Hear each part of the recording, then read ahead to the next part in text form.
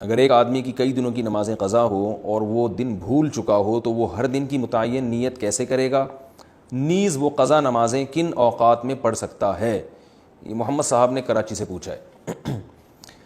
یعنی ان کا خلاصہ یہ نکلا کہ قضا نمازوں میں تو ہمیں نہیں پتہ ہوتا، جو قضا عمری خاص طور پر پڑھ رہے ہوتے ہیں کہ کون سے دن کی کون سی نماز ہے، تو یہ خوب اچھی طرح سے سمجھ لیں، یہ سوال بہت زیادہ پوچھا جاتا ہے۔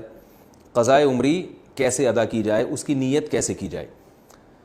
آپ نے سب سے پہلے تو ایک ڈائری میں ایک حساب لکھنا ہے کہ میرے ذمے کی قضا نمازیں ٹوٹل کتنی ہیں، ایک اندازہ لگانا ہے کہ آپ بالغ کب ہوئے تھے اور اس کے بعد کون سی نمازیں آپ پابندی سے پڑھتی رہے ہیں، کون سی پابندی سے چھوڑتے رہے ہیں۔ جمعے کی نمازیں تو اکثر لوگوں نے پڑھی ہوتی ہیں۔ اس طرح ایک ظاہر 100% نتیجے تک تو آپ نہیں پہنچیں گے، ایک لم سم اندازہ لگا کے ایک غالب گمان جس طرف جائے آپ نے ایک ڈائری میں نوٹ کر لینا ہے کہ جی میری اتنے سال کی فجر کی نمازیں، اتنے سال کی ظہر کی نمازیں، اتنے سال کی عصر کی، اتنے سال کی مغرب کی، اتنے سال کی عشاء کی، اور وطر بھی مستقل ایک نماز ہے۔ نبی صلی اللہ علیہ وسلم کی صحیح حدیث ہے، ان اللہ زادکم صلاۃ الا وہی الوتر، اللہ نے ایک اور نماز کا اضافہ کر دیا جو کہ وطر ہے۔ لیکن ظاہر ہے دوسری حدیثوں میں 5 نمازوں کو فرض قرار دیا گیا، تو اس سے پتہ چلتا ہے کہ وطر نہ تو 5 نمازوں جیسی فرض ہے اور نہ بالکل ایسی جیسے عام نوافل ہوتے ہیں۔ تو عبادات میں چونکہ احتیاط کے پہلو کو لیا جاتا ہے، تو اس لیے احناف کا یہ قول ہے، امام حنیفہ کی یہ رائے ہے کہ وطر کے ساتھ سلوک ایسے کیا جائے گا جیسے فرائض والا ہوتا ہے، یعنی قضا پڑھی جائے گی احتیاط کے پہلو کی وجہ سے، فرض سمجھا نہیں جائے گا اس کو کیونکہ نمازیں تو 5 فرض ہیں، لیکن بالکل اس کو اگنور نہیں کیا جائے گا، تو اس لیے احتیاطاً وطر کی قضا بھی واجب ہے۔ تو آپ نے یہ اس 5 نمازیں اور وطر کا اندازہ لگا لیا کہ بھئی یہ اتنے سال کی بنتی ہیں، اور ایک ڈائری میں آپ نوٹ کر لیں۔ میں ڈائری میں نوٹ کرنے کا اس لیے کہہ رہا ہوں کہ یہ تجربے پر مبنی ایک حقیقت ہے، مشاہدے پر مبنی، کہ جو صرف حافظے پر چلتے ہیں وہ کنفیوز ہی رہتے ہیں ساری زندگی، وہ پھر بھول جاتے ہیں کتنی پڑھی کتنی رہ گئی۔ تو آپ نے ایک چارٹ بنانا ہے کہ بھئی میری فجر کی جیسے سال کی اتنے سال کی نمازیں تو اتنے مہینے اتنے دن، وہ دنوں کے آپ نے کاؤنٹ کر کے لکھ لینا کہ جی میری فجر کی مثال کے بعد 256 نمازیں رہتی ہیں، یا 356 یا 1256 نمازیں میری فجر کی رہتی ہیں۔ تو آپ نے ایک لکھ لیا اس کو، پھر ظہر کا لکھ لیا، عصر کا لکھ لیا، مغرب عشاء اور وطر کا لکھ لیا آپ نے۔ اس کے بعد جب آپ پڑھنا شروع کریں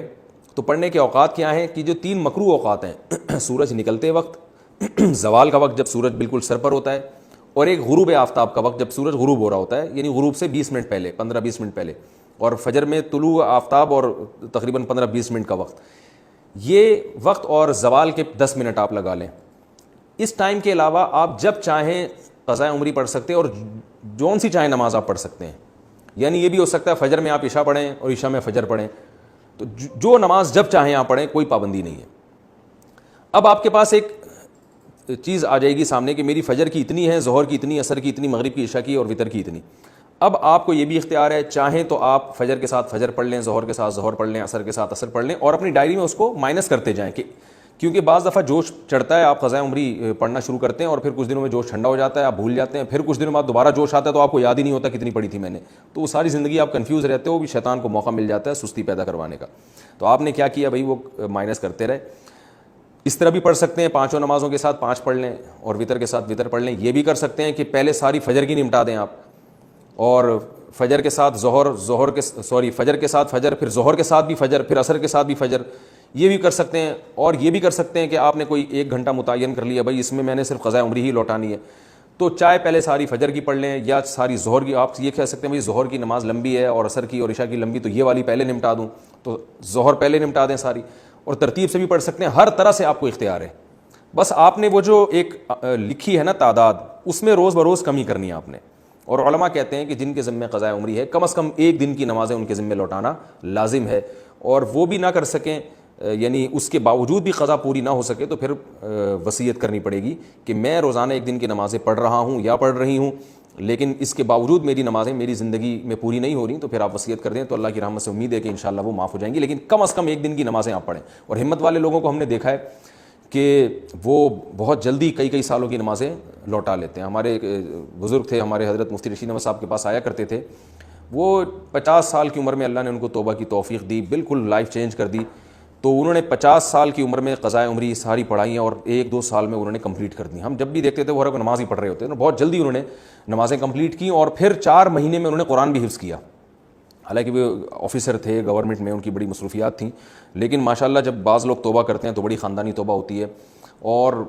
اس اتنے نیک بننے کے باوجود بھی ان پہ اللہ کے خوف کا غلبہ رہتا تھا. ایک دن ہمارے حضرت کے پاس آئے اور کہنے لگے مجھ پہ بہت خوف ہے کہ پتہ نہیں میرا بنے گا کیا آخرت میں. تو حضرت ان کو بڑی امیدیں دلایا کرتے تھے, ہمارے حضرت نے ان کو اجازت بیعت بھی دی.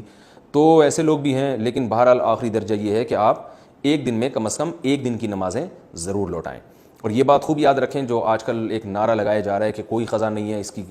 حدیث سے ثبوت پیش کرو قضاء عمری کا. تو یاد رکھیں رسول اللہ صلی اللہ علیہ وسلم کی نماز جب بھی قضا ہوئی ہے, چاہے جان کے کی ہو یا بھولے سے, جان کر تو جنگ میں ہوئی تھی, جہاد میں نماز کا طریقہ نہیں بتایا تھا کہ جنگ کی حالت میں کیسے نماز پڑھی جاتی ہے. تو اس وقت آپ کی غزوہ خندق میں کچھ نمازیں قضا ہوئیں تو وہ پہلے آپ نے پڑھی ہیں. تو یہ پوری امت کا اجماعی مسئلہ چلا آ رہا ہے. حتیٰ کہ ابن تیمیہ رحمہ اللہ تعالیٰ جو بعض مسائل میں اجماع امت سے انہوں نے اعراض کیا ہے, ان کا بھی یہی قول ہے کہ نمازوں کی قضا پڑھی جائے گی. تو یہ اب 15ویں صدی میں کچھ لوگوں نے یہ ایک شوشہ چھوڑا ہے کہ جو نمازیں قضا ہوئی ہیں وہ صرف توبہ سے معاف ہو جاتی ہیں, اور وہ کہتے ہیں اس پر کوئی حدیث نہیں ہے. تو بھائی حدیث جو دعویٰ کرتا ہے حدیث اس کے ذمے. نبی صلی اللہ علیہ وسلم نے فرمایا البینۃ علی المدعی والیمین علی من انکر,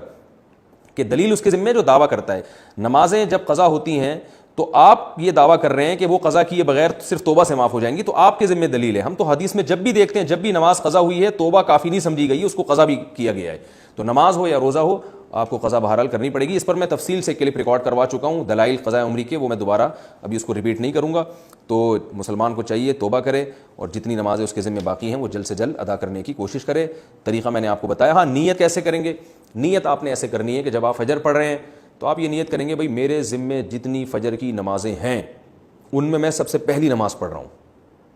جب دوبارہ فجر آپ پڑھیں گے تو بھی یہی نیت کہ میرے ذمے جتنی فجر کی نمازیں ہیں ان میں سب سے پہلی, کیونکہ جو پڑھ چکے ہیں وہ تو ذمے میں رہی نہیں ہے نا,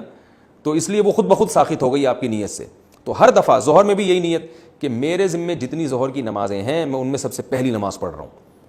تو جب دوبارہ ظہر پڑھیں گے تو بھی یہی نیت کہ میرے ذمے جتنی ظہر کی نمازیں باقی ہیں ان میں سب سے پہلی.